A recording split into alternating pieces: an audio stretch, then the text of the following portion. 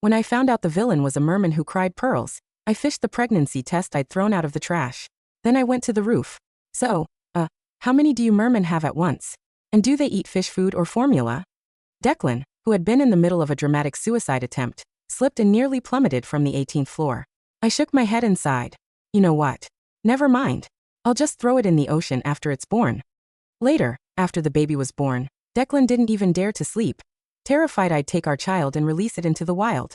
When the heroine, fighting with the hero, showed up at our door, he was in the middle of roaring at our eldest son over his swim meet results. You're a merman. How can you be afraid of water? I knew Declan was the main villain of this world, and I was the wife his grandfather had found for him before he died.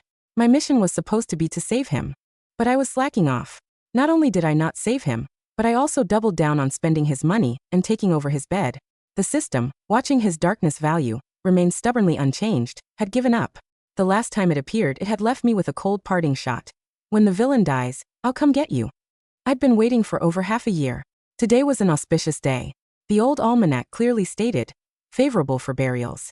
When Declan, his heart shattered by the heroine Zoe, dragged himself to the rooftop, I was already decked out in all the jewels from his safe, eagerly awaiting the system's arrival.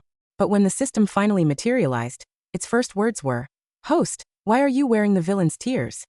What? I looked down in shock at the priceless pearl necklace around my neck. Declan is a merman. Those pearls are his tears. The system intoned mournfully. A merman? A merman who cries pearls? My entire worldview crumbled. This wasn't a villain. This was a walking, talking gold mine. This necklace had been hidden in a secret compartment in his study. I'd assumed it was a birthday gift for Zoe, but her birthday party had come and gone, and the gift remained undelivered. So one dark and stormy night, I'd helped myself. I remembered when Declan saw me wearing it, he'd looked at me with a complicated expression and asked, "You like this?" I had rolled my eyes. Duh. Who's going to argue with money? I'd had it appraised. It was worth 120 million. Now that I thought about it, his expression had clearly been saying, "So you like my tears? System. I think he can still be saved." I ripped off the necklace, dug the pregnancy test out of the trash, and sprinted for the roof. At that moment, Declan had already climbed over the railing, half his body dangling 18 stories up. Wait. I held up the pregnancy test, panting. So, how many do you mermen have at once? And do they eat fish food or formula? His foot slipped, and he nearly fell. He clung to the railing, his body hanging in the open air. What did you say? Don't want to take responsibility? I was a little disappointed. How had telling him made him want to die faster? Fine then. I'll just throw it back in the ocean when it's born. It was just a one-time accident when he'd been drugged anyway.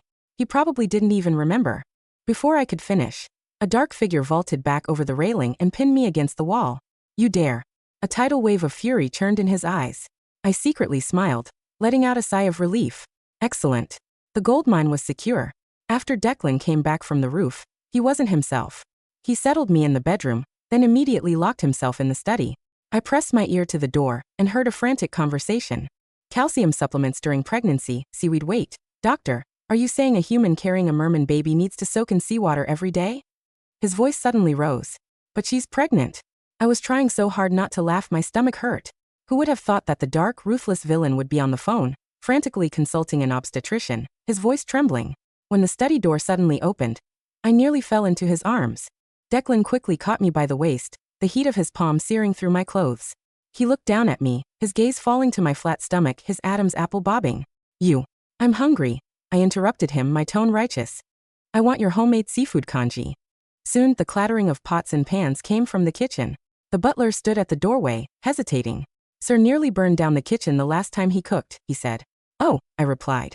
It's fine. He's rich. If he burns it down, we'll just move. The butler was speechless. An hour later, Declan emerged with a soot-streaked face, carrying the finished product. It looked okay. Probably not poisonous. Just as I was about to take a spoonful, he pressed a hand on mine. Wait. He carefully picked out all the tiny shell fragments, tested the temperature, and then handed the spoon back. I deliberately frowned. It's too bland. He reached for the salt, but his hand froze midair. He turned, opened his tablet, and began earnestly searching for the recommended daily sodium intake for pregnant women. I was speechless. And so began my life of being pampered like an empress. In the morning, there was fresh squeezed orange juice made by the villain himself. When I bathed, he treated me like a fragile piece of porcelain.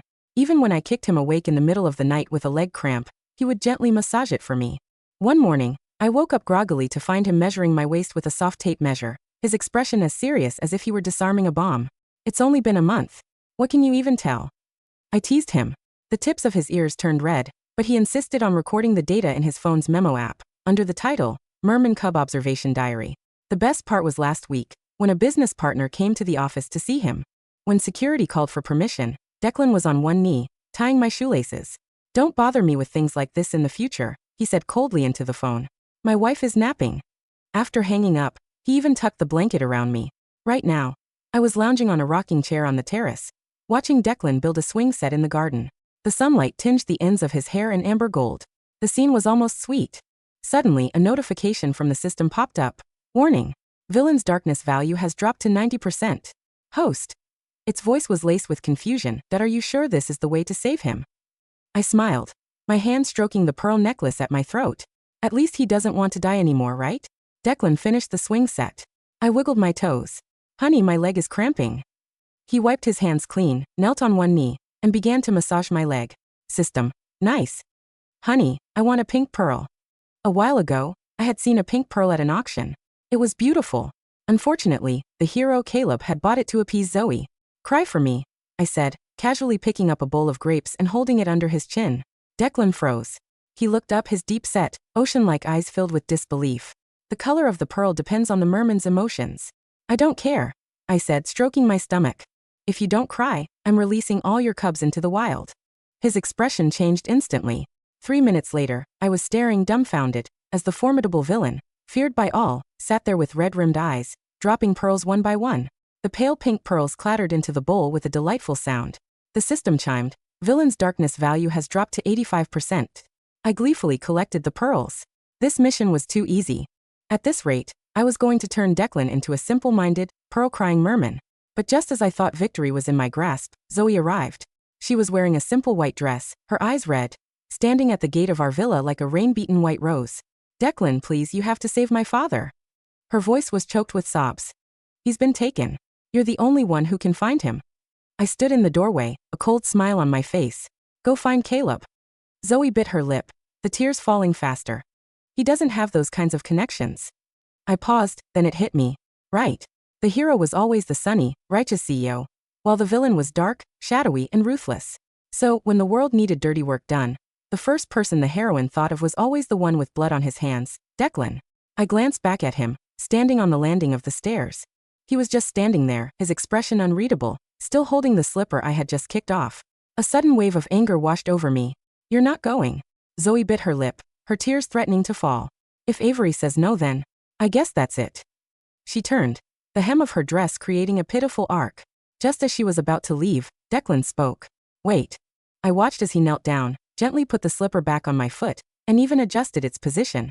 And then, that bastard actually stood up and followed Zoe out the door. Declan. I threw my other slipper at the back of his head. If you go, don't come back. The slipper hit its mark with a satisfying thwack. He paused for a second, didn't turn around, just rubbed the spot where he'd been hit, and kept walking. I was so mad I almost threw the other one. At 3 a.m, I checked my phone for the 28th time. The screen was still black. Suddenly, the system beeped. Warning. Villain's darkness value has increased by 12%. Current value. 97%. What? I shot up, nearly throwing out my back. I've been sitting on his eggs like a mother hen, working my ass off to get rid of 15% of his darkness, and he goes out with the heroine for one night and gains 12 points back. The system added quietly. To be precise, it was 4 hours and 38 minutes. What? Did Zoe use him as ransom for the kidnappers? I stroked my stomach, a cold smile on my face. A car engine rumbled outside. I rushed to the window and saw Declan's Maybach pulling into the courtyard, its headlights cutting 2 hazy beams through the rain. What made me even angrier was that when he got out, he was carrying something. The box clearly had the logo of the Sea's Pearl on it, that ridiculously expensive seafood restaurant that Zoe loved. Very good. I gritted out to the system. Get me the false miscarriage prop. Now.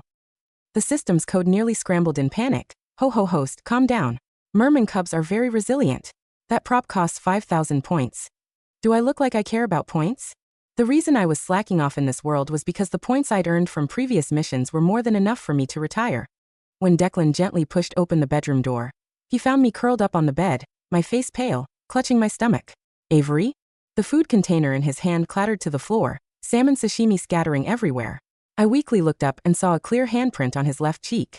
Declan's hands trembled as he scooped me up. The car sped through the streets, straight to the hospital. I lay on the hospital bed, deliberately turning my back to him, listening to his ragged breathing as he spoke with the doctor. Signs of a threatened miscarriage. She needs absolute bed rest, the doctor said sternly. And most importantly, she needs to remain calm. Declan's voice was hoarse.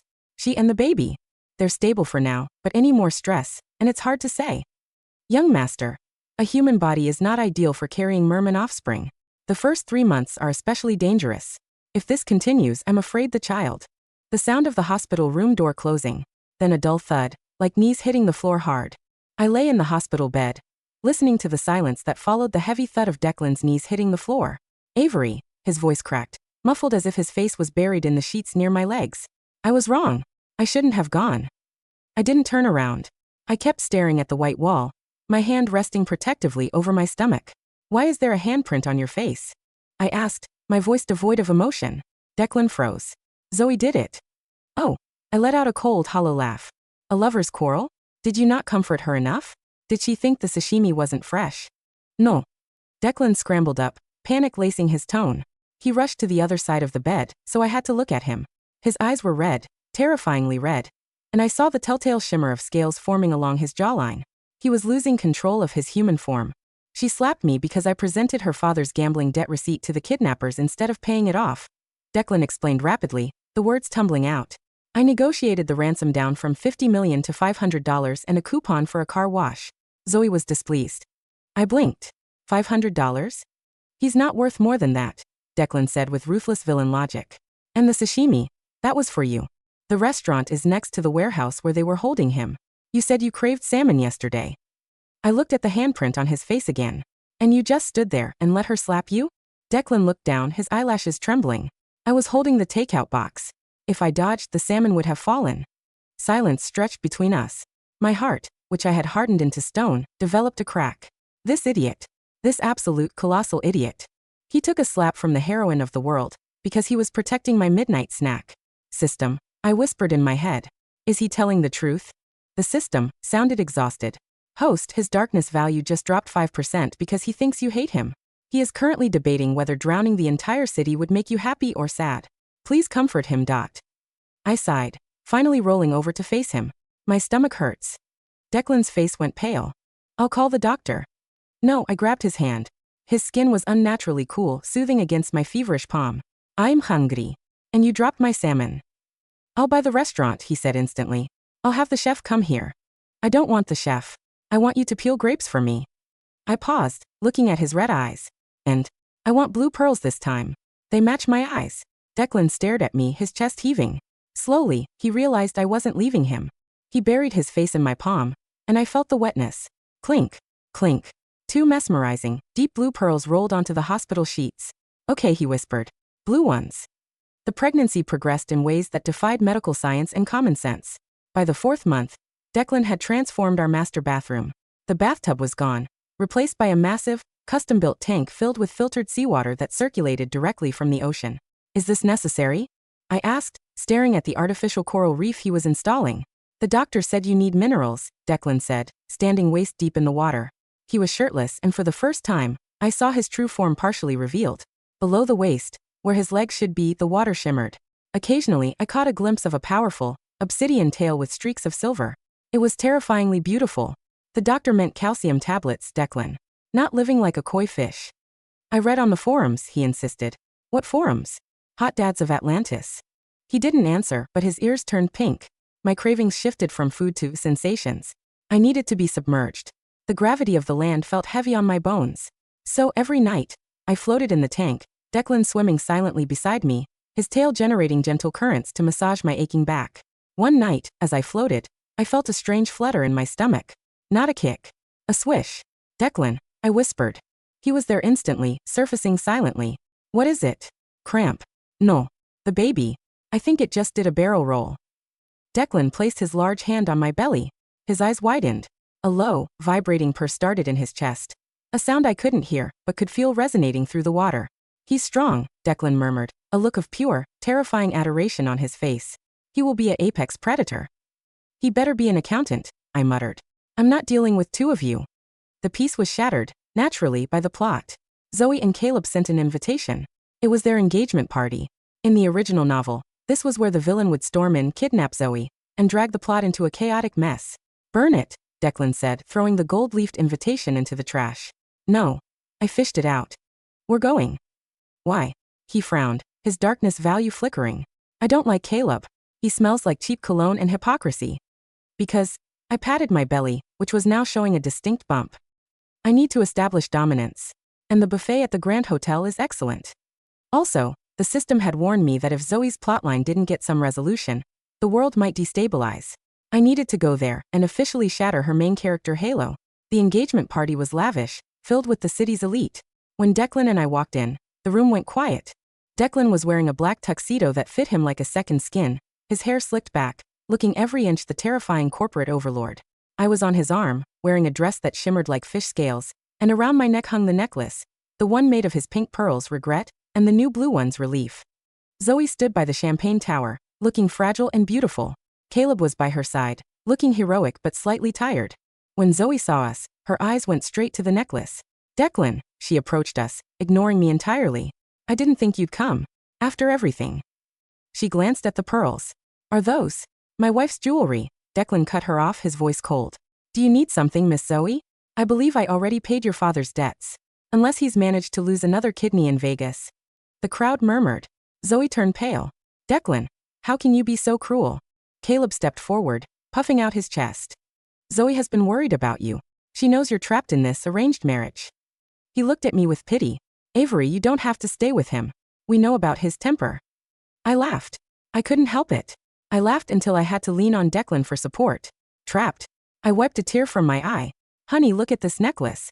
Look at the ring on my finger. Do you know how much his net worth is? If this is a trap, please weld the door shut. Money isn't love. Zoe cried out, tears welling up. He doesn't love you, Avery. He's a monster. I've seen him. I've seen what he really is. The room went deadly silent. Zoe was hinting at his non-human nature. Declan's muscles coiled tight. The air temperature in the room dropped 10 degrees. The darkness value in my head spiked. Warning. Villain intends to massacre the attendees. I squeezed Declan's arm. Hard. Darling. I said loud enough for everyone to hear. She's right. You are a monster. Zoe looked triumphant. Declan looked at me, betrayed. A monster in bed. I finished with a wicked smirk. Declan choked on air. The crowd gasped. Caleb turned bright red. And frankly, I continued, looking Zoe up and down, I can see why you're jealous. But please stop trying to solicit my husband. It's embarrassing. He has very high standards. Zoe stammered. Declan. I turned to him, bored. I want crab legs. Peel them for me. Declan, whose darkness value had just plummeted to 0, looked at me like I was the only star in the sky. Yes, all of them. We walked away, leaving the hero and heroine standing in the ruins of their social standing. As we sat at a corner table, Declan methodically cracking crab legs, he whispered, "A monster in bed? Shut up." I stuffed a piece of crab meat into his mouth. Or I'll tell them you sleep with a nightlight. The trouble, of course, didn't end with social humiliation. Zoe's father, enraged by the humiliation and cut off from Declan's money, decided to do something stupid. He found an old journal of Declan's grandfather, one that hinted at the curse of the sea. He didn't know Declan was a merman. He just thought Declan had a secret biological weapon or a mutation worth billions. I was 8 months pregnant when it happened.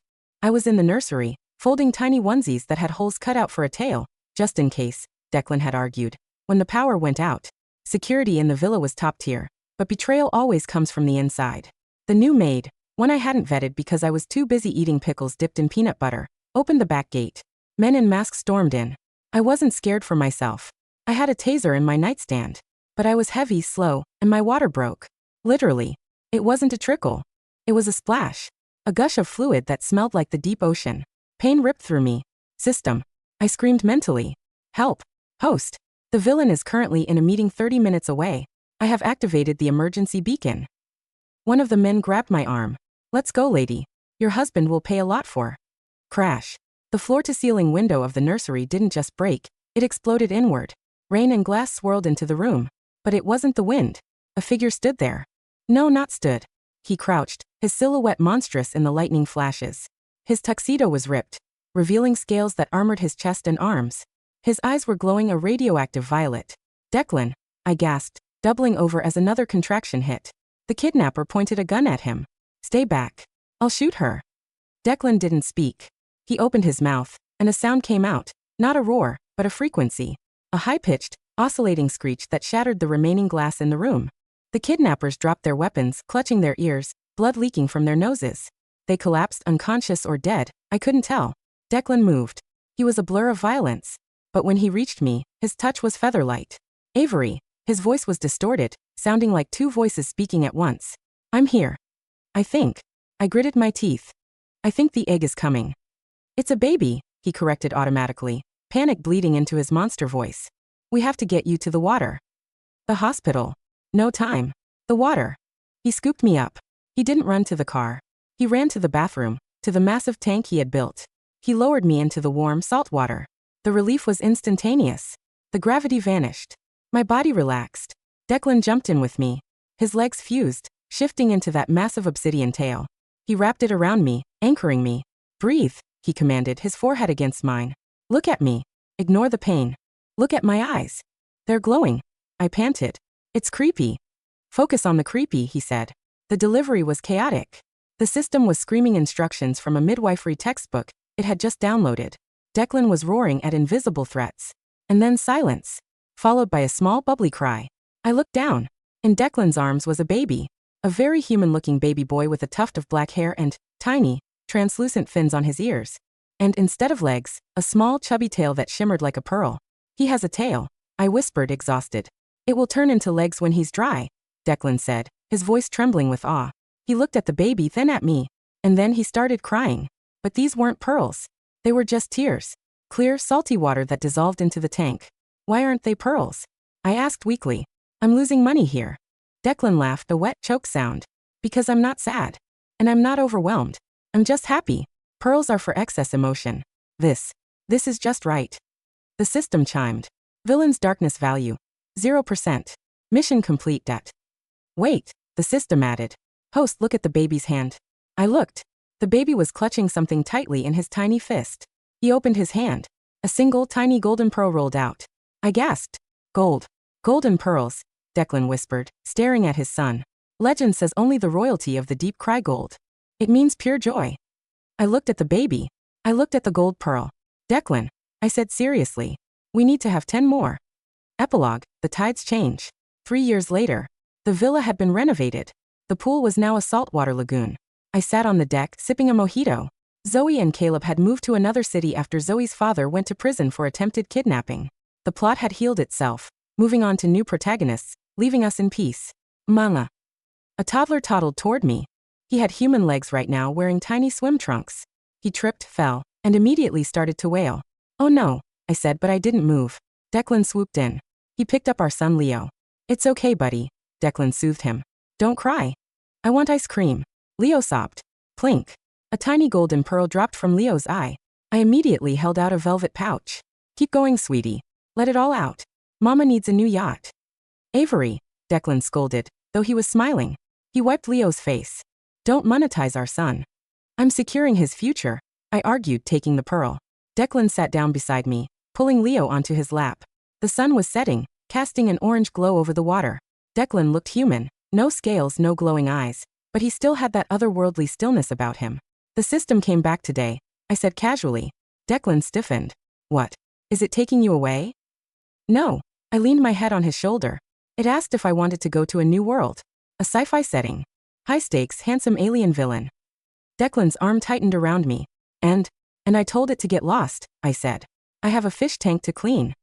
Declan relaxed. He kissed the top of my head. I love you. I know, I said, holding up the golden pearl to the light. I love you too. And your tear ducts. Declan rolled his eyes, but I saw it. Just a flash of a scale on his cheek, shivering with delight. He leaned in and whispered, the baby is asleep. Want to go for a swim? I grinned. Last one to the bottom pays for dinner. I jumped into the lagoon. Declan followed, a silver streak in the darkening water, chasing me into the deep, where the monsters live, and where I had found my home.